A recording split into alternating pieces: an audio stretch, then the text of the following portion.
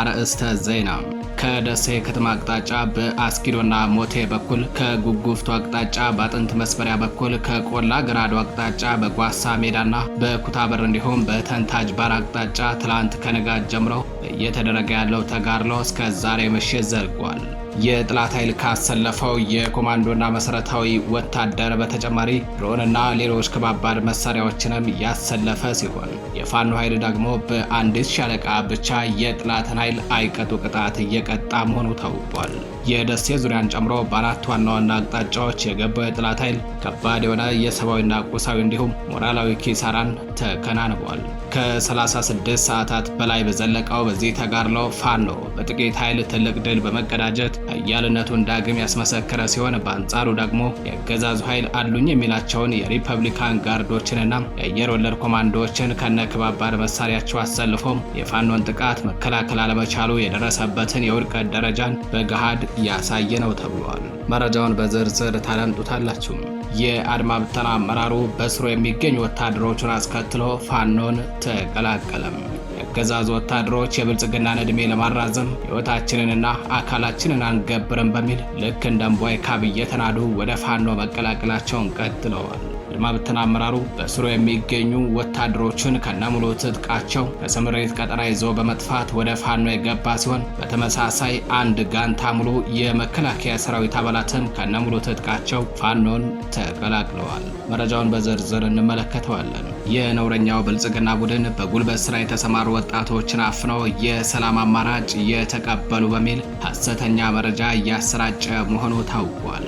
አገዛዙ እነዚህ እስረኞችን ሰብስቦ በአዲስ አበባና በሌሎች ከተሞች ሰልፍ ሊያካሄድ መሆኑ ተረጋግጧል። አገዛዙ እነ ማስረሻ ሰጤ እጃቸውን ሲሰጡ እናስመጣለን ያሉትን የፋኖ ኃይል ሳያስመጡ በመቅረታቸው ነው የእነ ማስረሻ ቡድን የተቀበለውን የሰላም አማራጭ አብረው የተቀበሉ በሚል የሐሰት ፕሮፓጋንዳውን እያዛመተ የሚገኘው። መረጃውን በዝርዝር ታዳምጡታላችሁ። ሰላም ጤና ይስጥልኝ። የተከበራችሁ የመረብ ሚዲያ ቤተሰቦች እንደምን ዋላችሁ፣ እንደምን አመሻችሁ። ከመረብ ሚዲያ የዛሬ ታህሳስ 2 2018 ዓ.ም የምሽት መረጃዎችን አጠናቅረን ይዘን ቀርበናል። መረጃዎቻችን ለብዙዎች ተደራሽ እንዲሆኑ ቻናሉን ላይክ፣ ሰብስክራይብ እንዲሁም ሼር ማድረጋችሁን እንዳዘነጉ። አብራችሁን ቆዩ።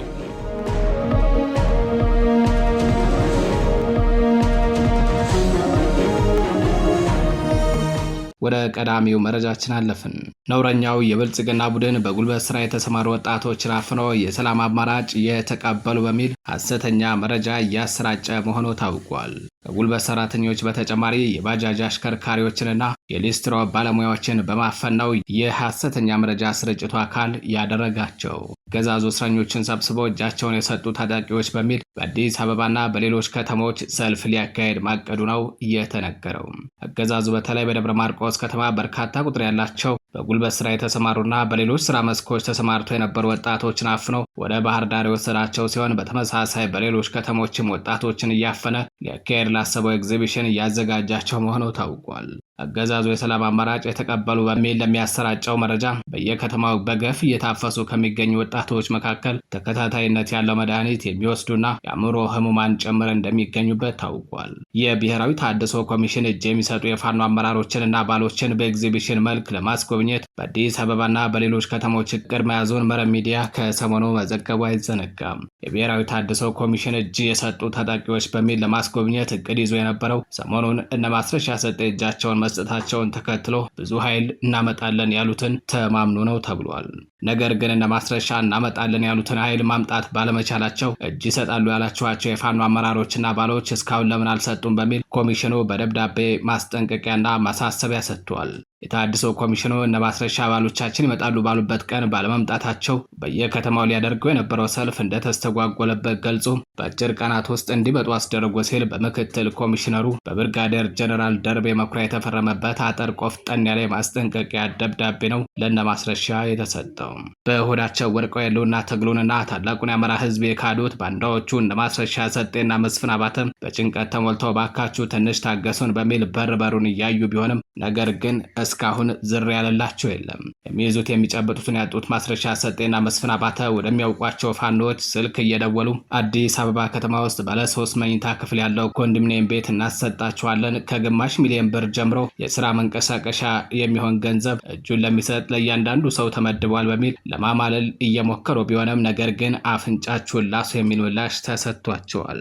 ለማስረሻ ይመጣሉ ያሏቸው የፋኖ አመራሮችና አባሎች በመቅረታቸው አገዛዙ ሰልፉ ከሚቋረጥብኝ በሚል ወጣቶችን ከየመንገዱ ከየመዝናኛ ማዕከሉ ከየስራ ገበታቸውና ከትምህርት ቤት በግዳጅ እያፈሰም የሰላም አማራጭ የተቀበሉ ታጣቂዎች በሚል ሐሰተኛ መረጃ እያሰራጨ መሆኑን ነው መረብ ሚዲያ ለማረጋገጥ የቻለው። ወደ ሌላኛው መረጃችን አለፍን። ከደሴ ከተማ አቅጣጫ በአስኪዶና ሞቴ በኩል ከጉጉፍቱ አቅጣጫ በአጥንት መስበሪያ በኩል ከቆላ ገራዶ አቅጣጫ በጓሳ ሜዳና በኩታበር እንዲሁም በተንታጅ ባር አቅጣጫ ትላንት ከንጋት ጀምሮ እየተደረገ ያለው ውጊያ በዚህ ምሽትም ተጠናክሮ ቀጥሏል። ከ36 ሰዓታት በላይ በዘለቀው በዚህ ተጋድሎ ፋኖ ጥቂት ኃይል ብቻ በማሰለፍ ትልቅ ድል በመቀዳጀት ኃያልነቱን ዳግም ያስመሰከረ ሲሆን በአንጻሩ ደግሞ አገዛዙ አሉኝ የሚላቸውን የሪፐብሊካን ጋርዶችንና አየር ወለድ ኮማንዶዎችን ከነከባባድ መሳሪያዎቻቸው አሰልፈው የፋኖን ጥቃት መከላከል ባለመቻሉ የደረሰበትን የውድቀት ደረጃን በገሃድ ያሳየ ነው ተብሏል። የአማራ ፋኖ ብሔራዊ ኃይል ምስራቅ አማራ ቀጠና ምኒልክ ዕዝ በቅርቡ የተቋቋመችው በላጎ ሻለቃ ትላንት ታኅሳስ 1 2018 ዓ.ም ከንጋት ጀምሮ ከደሴ ከተማ በ2 ኪሎ ሜትሮች ርቀት ላይ በሚገኙ አካባቢዎች ላይ ከባድ ተጋድሎ በማድረግ ታላቅ ድል ተቀዳጅታለች። በደሴ ከተማ አቅጣጫ በአስኪዶና ሞቴ በኩል ከጉጉፍቱ አቅጣጫ በአጥንት መስበሪያ በኩል ከቆላ ገራዶ አቅጣጫ በጓሳ ሜዳና በኩታበር እንዲሁም በተንታጅ ባር አቅጣጫ ከባድ ተጋድሎ ትላንትና ዛሬ ተደርጓል።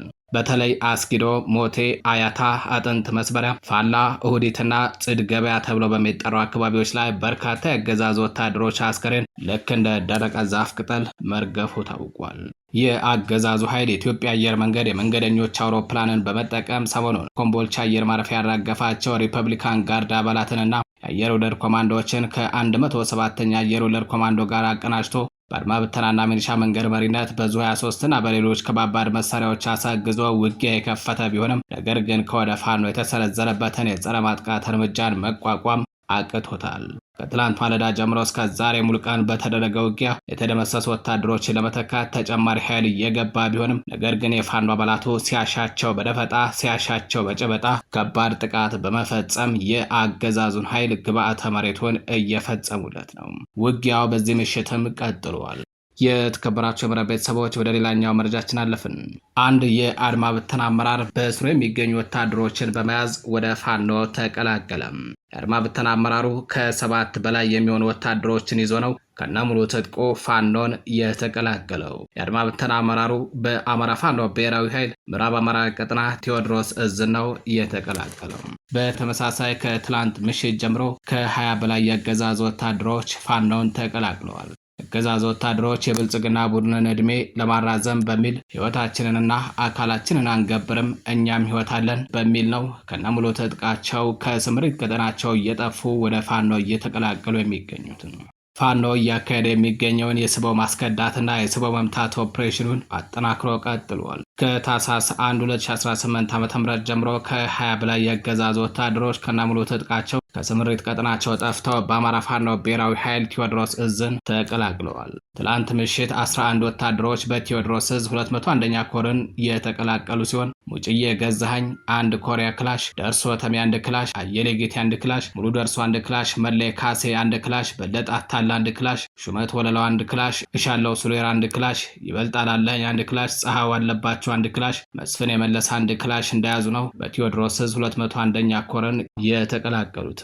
በተመሳሳይ በዛሬው ዕለት አዲስ ቅዳም ከተማ ከሚገኘው የጠላት ካምፕ በቲም ደረጃ በመውጣት የአማራ ፋኖ ብሔራዊ ኃይል ቴዎድሮስ ዕዝ 105ኛ ኮር 44ኛ ክፍለ ጦር 10 አለቃ ኤፍሬም አጥናፉ ሻለቃን ተቀላቅለዋል። ከተቀላቀሉት ወታደሮች መካከል ባንት ይገኝ፣ አንደበት ጸጋይ፣ መላኩ ሽቱ፣ ባዘዘው ደጀኔ፣ ደነቀው ካሳ፣ አንዳርጌ አየና፣ ሞላ ደጉ እንዲሁም ሌሎች 2 ወታደሮች በዛሬው ዕለት ከነሙሉ ትጥቃቸው በቴዎድሮስ ዕዝ 105ኛ ኮር 44ኛ ክፍለ ጦርን ተቀላቅለዋል። በተመሳሳይ 2 የአድማ ብተና አባላት አማኑኤል ከተማ ከመሸገው የጠላት ኃይል በመክዳት 99ኛ ክፍለ ጦርን መቀላቀላቸውን ነው ቴዎድሮስ እዝ በህዝብ ግንኙነት መምሪያ በኩል ባወጣው መረጃ ያሳወቀው።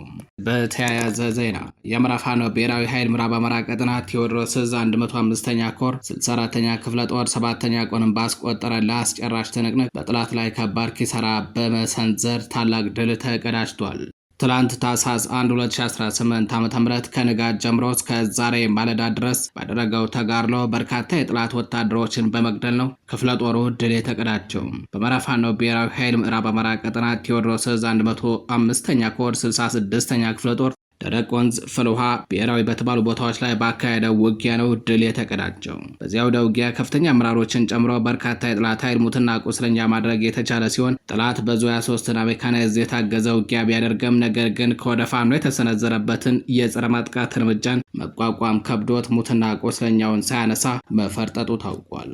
ወደ ሌላኛው መረጃችን አለፍን። የፋሺስቱ አብይ አህመድ አገዛዝ ሰሜን ሸዋ ዞን በግሼ ወረዳ ትምህርት ቤት ላይ የድሮን ጥቃት በመፈጸም ህጻናት ተማሪዎችን መግደሉ ተሰምቷል። የአብይ አህመድ የጥፋት ቡድን በሰሜን ሸዋ ዞን ግሼ ወረዳ ልዩ ቦታው ደላ አንደኛ ደረጃ ትምህርት ቤት በፈጸመ የድሮን ጥቃት በትምህርት ገበታ ላይ የነበሩ 2 ተማሪዎች ሲገደሉ በርካቶች መቁሰላቸው ታውቋል። ፋኖን ኃይል በአውደ ውጊያ ማሸነፍ ያልቻሉ አገዛዙ በደል ቀበሌ በሚገኘው የአንደኛ ደረጃ ትምህርት ቤት ታህሳስ 2 2018 ዓ.ም ማርፈጃውን በፈጸመው የድሮን ጥቃት ለህፃናት እንኳን የማይራራ መሆኑን በተግባር ያሳየበት ነው ተብሏል። በዚህ የድሮን ጥቃት አንድ የመማሪያ ክፍል ሙሉ በሙሉ ሲወድም ከ10 በላይ ተማሪዎች ከፍተኛ ሁኔታ ቆስለው ወደ ሕክምና ተወስደዋል። አንድ ህፃን ተማሪ ደግሞ ህይወቱ አልፏል። የተከበራቸው መረብ ሚዲያ ቤተሰቦች ለዛሬ ታህሳስ 2 2018 ዓ.ም የምሽት መረጃዎቻችን እነዚህን መስሎ ነበር። መረጃዎቻችን ለብዙዎች ተደራሽ እንዲሆኑ ቻናሉ ላይክ፣ ሰብስክራይብ እንዲሁም ሼር ማድረጋችሁን እንዳዘነጉ። ቸር ቆዩ።